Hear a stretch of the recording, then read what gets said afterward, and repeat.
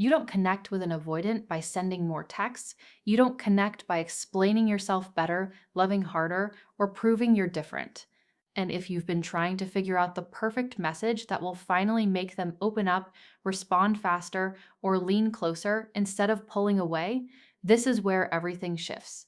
Because texting an avoidant is not about saying more, it's about creating safety in a space where they expect pressure.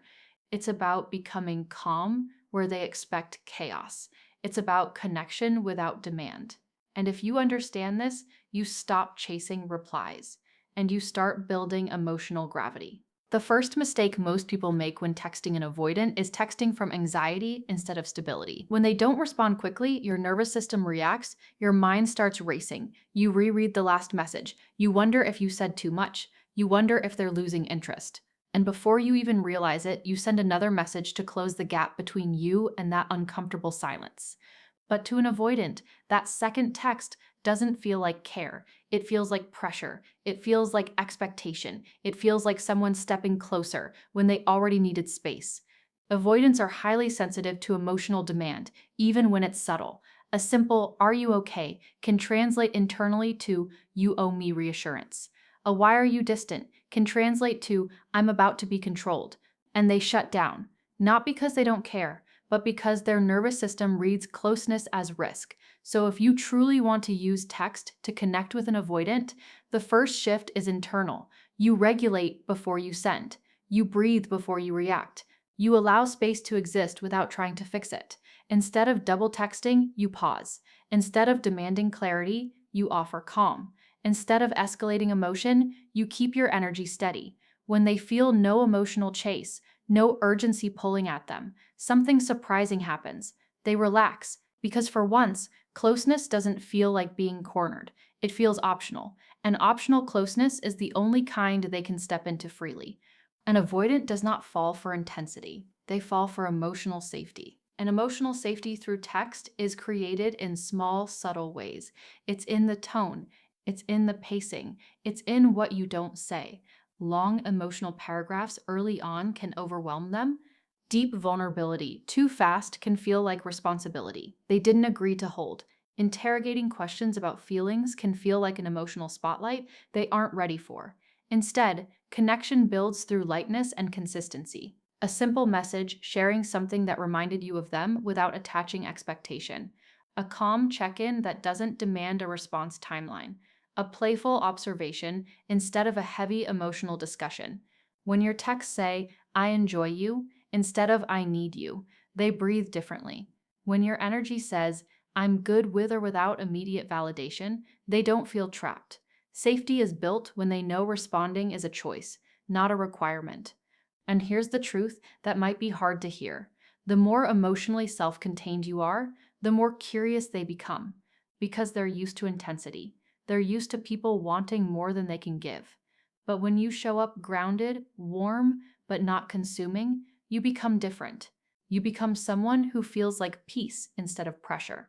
If you want an avoidant to slowly open up through text, stop asking them how they feel and start inviting them to share without force. Emotional depth must be gradual. Instead of "what are we?" you build connection through shared experiences and small disclosures. Instead of "why don't you talk about your past?" you create conversations around interests, ideas, humor, daily life. Avoidants open like locked doors, not open windows. They need repeated proof that emotional expression won't cost them independence. So when they share something small, you don't overreact. When they reveal something personal, you don't amplify it into a dramatic moment. You respond calmly, warmly, steadily. That steadiness teaches their nervous system that vulnerability doesn't lead to engulfment. Texting becomes a safe bridge instead of an emotional battlefield. And over time, those one-word replies begin to stretch. The conversations begin to last longer. The gaps between messages shorten, not because you chased it, but because you allowed it. Emotional safety is repetition without pressure. It's presence without demand. It's connection that feels like a soft place to land instead of a contract to sign. There will be moments when the texting feels perfect. The rhythm flows. The laughter is easy. The replies are quick. You start to feel hopeful. And then suddenly, they pull back. The responses slow down. The tone becomes neutral. Maybe they disappear for a day or two. This is the point where most connections collapse because most people react. They confront, they accuse, they panic. But when an avoidant pulls back after closeness, it's rarely about losing interest. It's about emotional regulation. Intimacy triggers their fear of losing autonomy. The closer they feel, the more their system whispers that they're about to be trapped. So they create distance to restore balance. If you respond to that distance with emotional escalation, you confirm their fear. But if you respond with calm understanding, you break the pattern. A simple, grounded message that leaves room. Or even better, giving space without resentment. No passive-aggressive tone. No guilt. No dramatic goodbye energy. Just steadiness. When they sense that closeness with you does not mean losing themselves, they slowly come back. And when they come back to someone who didn't chase, didn't collapse, didn't explode, respect begins to grow. Attraction deepens. Trust forms quietly. Because connection with an avoidant is not built through emotional intensity. It is built through emotional containment. And when you master that through something as simple as text, you stop feeling powerless. You stop staring at your phone waiting to feel chosen.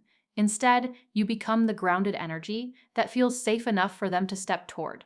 And that is how you truly use text to connect with an avoidant.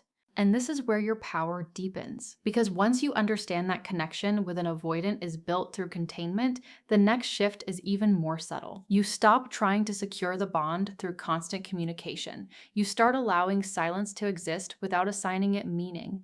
Silence is the space where most anxious energy explodes. It's where doubt grows teeth. It's where you start rewriting the story in your head.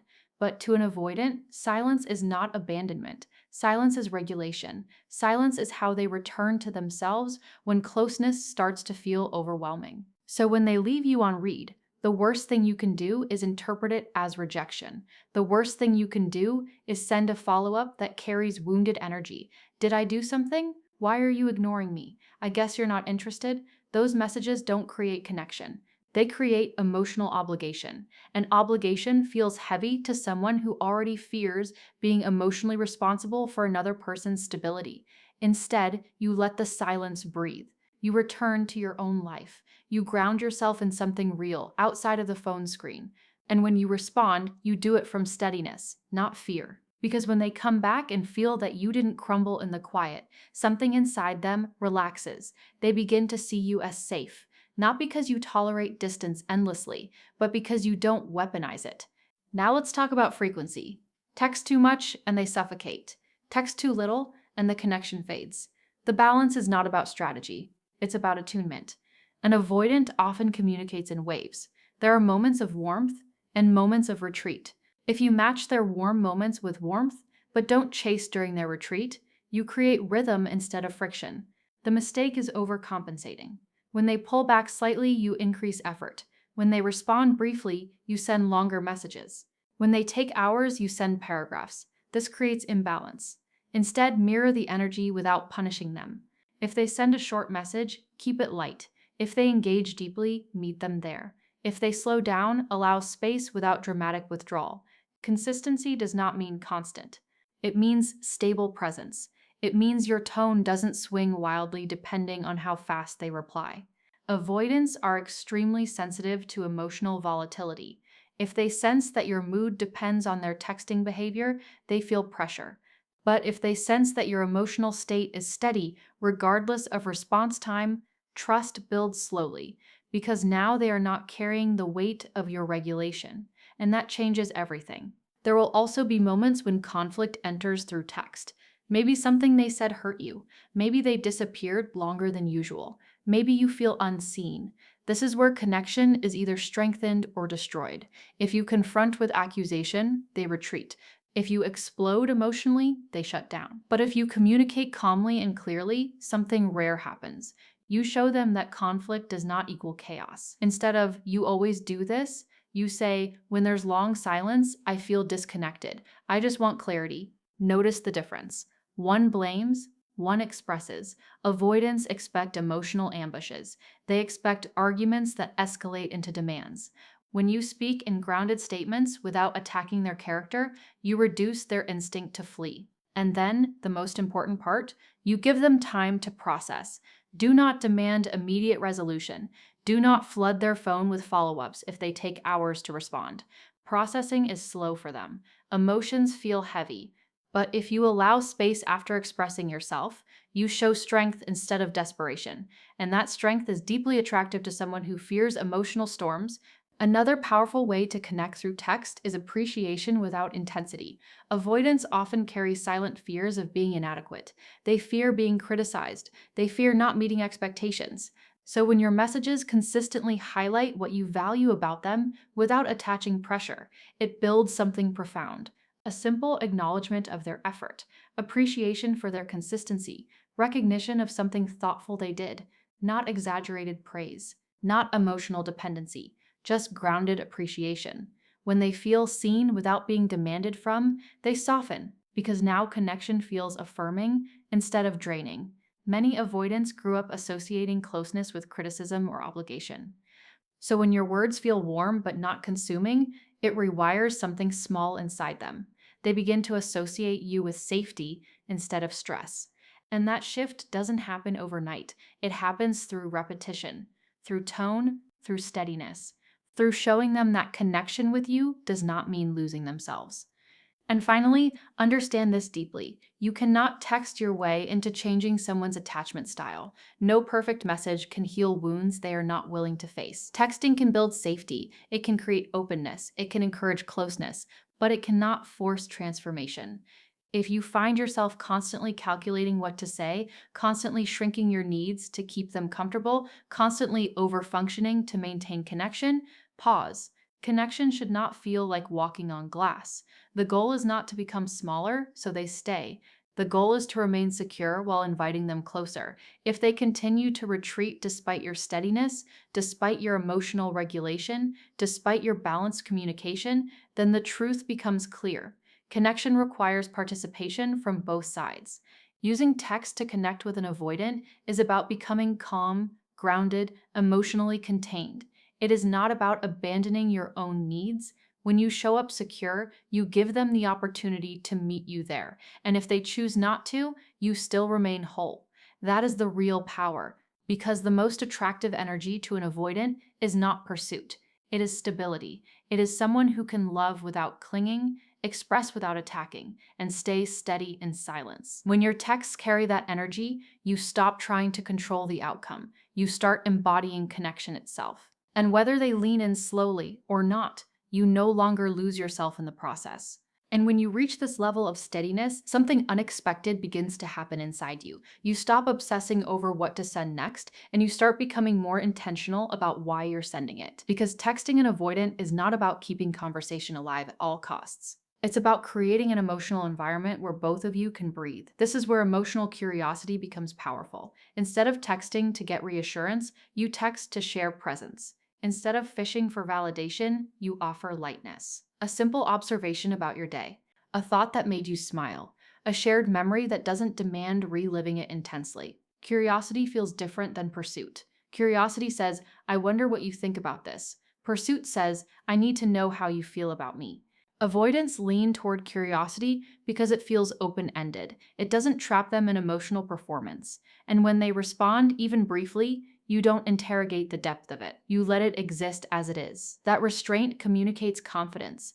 It tells them you're not measuring the relationship by the length of a text bubble, you're allowing connection to unfold naturally. And when they sense that they're not being evaluated constantly, they begin to invest more freely. There's also something crucial you must understand about emotional timing. With an avoidant, depth must be layered, not dropped all at once. If you suddenly send a heavy message about your fears, your expectations, or the future of the connection without gradual buildup, it can feel like emotional weight they didn't prepare to carry. It's not that they don't care. It's that intensity activates their instinct to protect their independence. So instead of diving deep abruptly, you build intimacy in micro moments. A slightly more personal thought than usual. A small vulnerability that doesn't demand fixing. A gentle reflection instead of a dramatic confession. You watch how they respond. If they lean in, you take one step further. If they stay neutral, you don't escalate. This pacing creates trust. It shows that you are emotionally aware. Avoidants often fear being engulfed by someone else's emotional world. When you demonstrate that you can reveal yourself without overwhelming them, they begin to lower their guard. And in those quiet exchanges, something sacred forms, not explosive passion, not chaotic intensity, but steady attachment, the kind that grows slowly and roots deeply. Now let's talk about initiation. If you are always the one texting first, always the one reviving the conversation, always the one sending good morning and good night messages, you may unintentionally train them to lean back while you lean forward. And over time, that imbalance creates resentment inside you. So if you want real connection, you must allow space for them to initiate. Not as a game, not as manipulation, but as recalibration.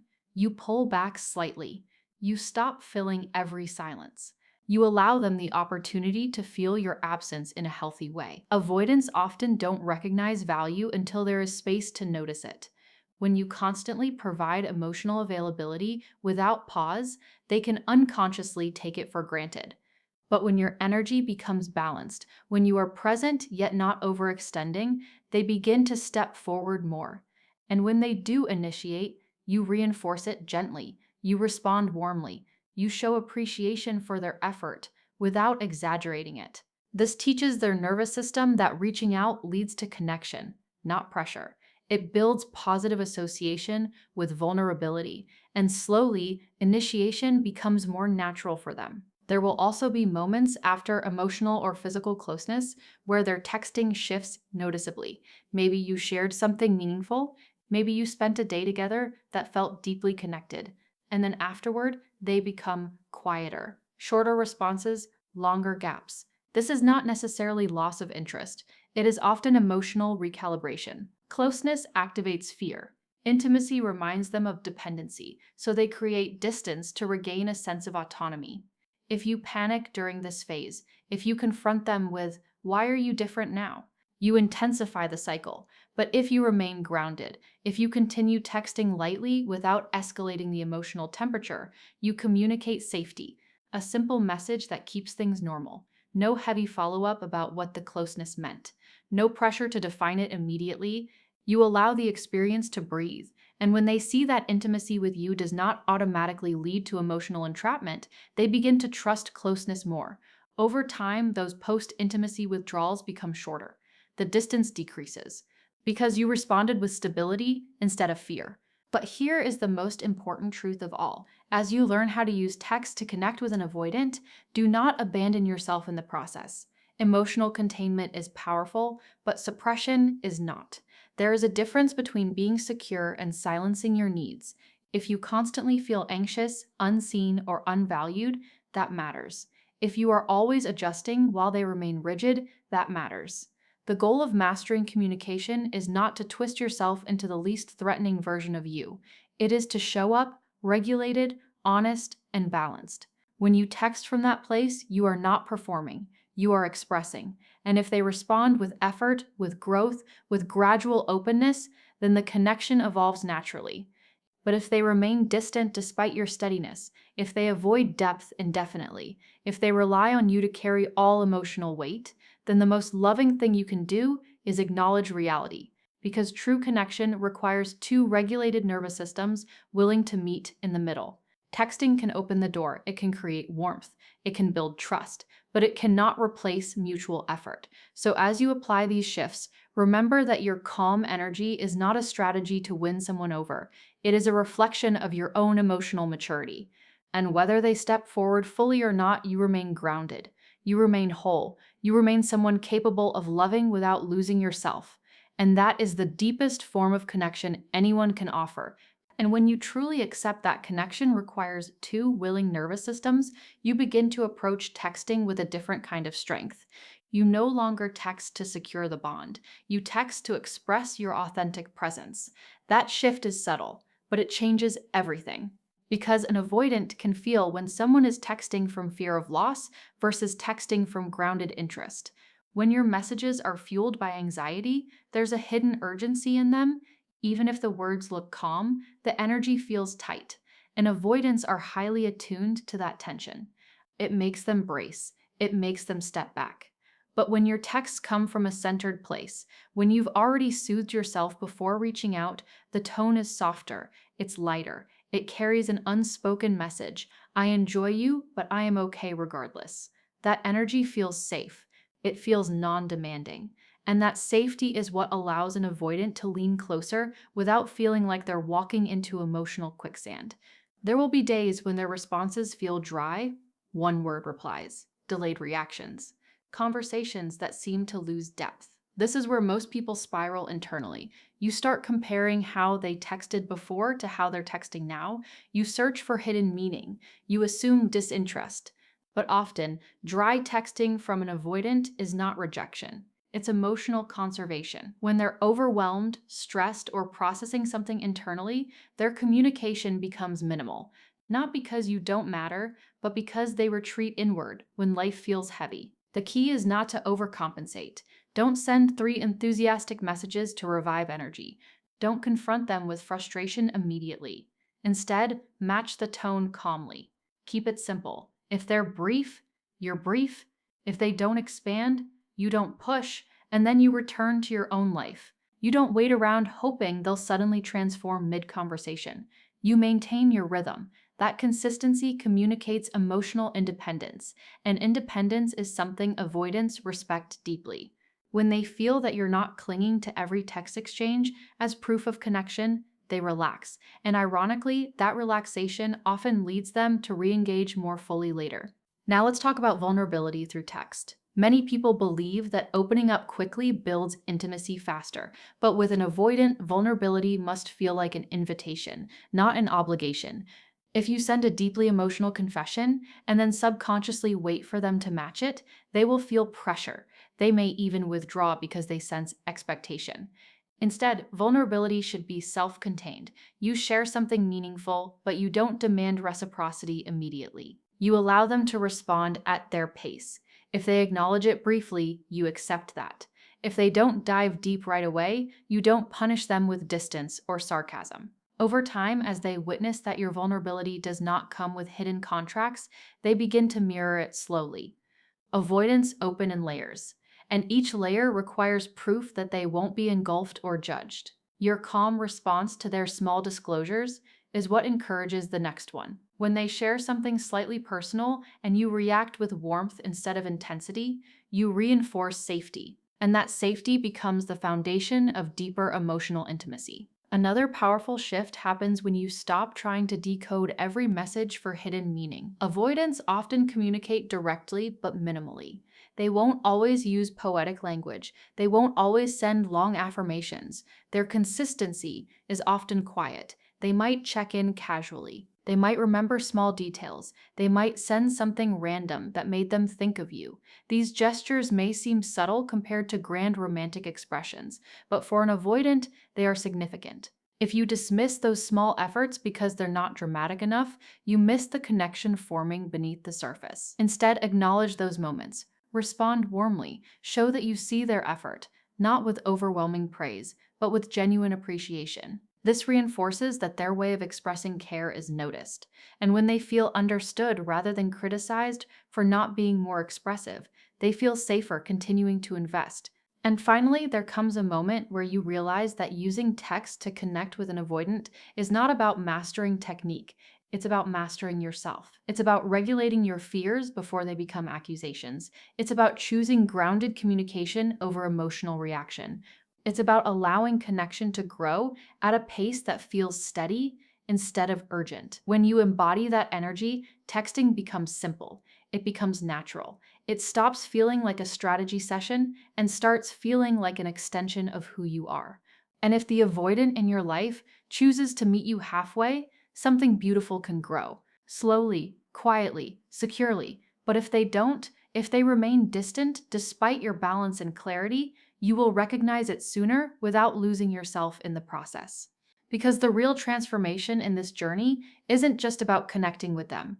It's about staying connected to you. It's about becoming someone who can offer warmth without overextending, express feelings without overwhelming, and allow space without collapsing into fear. When you reach that place, Texting no longer feels like a battlefield. It feels like communication between two adults navigating closeness at their own pace. And whether that path leads to deeper intimacy or a respectful ending, you walk it with self respect intact. That is the ultimate power in learning how to use text to connect with an avoidant.